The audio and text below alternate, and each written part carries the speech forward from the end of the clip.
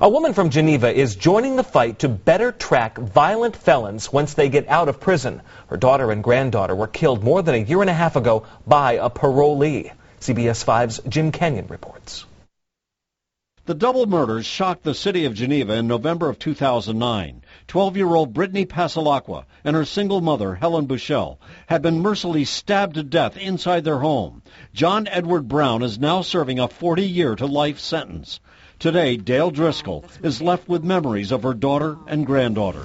She was just a wonderful child. You would have loved her. You would have loved them both. They were just really good people, always trying to help people. Now, Dale Driscoll has teamed with Senators Mike Nozzolio and Joe Griffo of Rome, who have proposed Brittany's Law. It would establish a registry for violent felons. It turns out that Helen Bushell did not know that John Edward Brown had recently been paroled after serving 2.5 years for assaulting his own infant daughter. If she had known, she would not have... No way. Not have let him into her life at all? No, she wouldn't have allowed anyone like that around her children.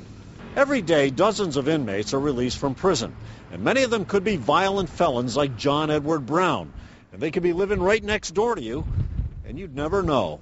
If the legislature passes Brittany's Law, Nozzolio envisions a violent felons registry similar to the sex offenders registry, which would allow the general public to keep track of the whereabouts of potentially dangerous criminals in their communities. By having this registry, we believe that Helen would have known, would have had the information accessible to her in an easily accessible way that would have prevented this crime from happening in the first place. What do you say to those critics who feel that this kind of law would violate the rights of a person who's already served a sentence? My good friend Dale Driscoll has a life sentence as a crime victim. So Dale Driscoll is on a campaign to create a registry of violent felons in the name of Brittany Pasalacqua, the granddaughter who died along with her mother at the hands of a dangerous man with a violent past. It can't be as senseless as it was. Something good has to come out of this, and the laws need to change before someone else dies.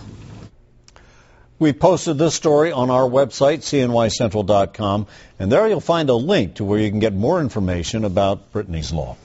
So what are the chances this has in Albany, really? Well, you know, Nozzolio is optimistic. He's the head of the Crime Victims Committee. He says it has a lot of support among Republicans and Democrats in both the state Senate and the Assembly. And Dale Driscoll says she's going to go to Albany to lobby for it personally to try to get it passed. Well, she's not alone in all of this. I mean, there are other people who are in that same Oh, there's so many people that would present boat. as very tragic victims of something of this nature. Jim, thank you. Now to our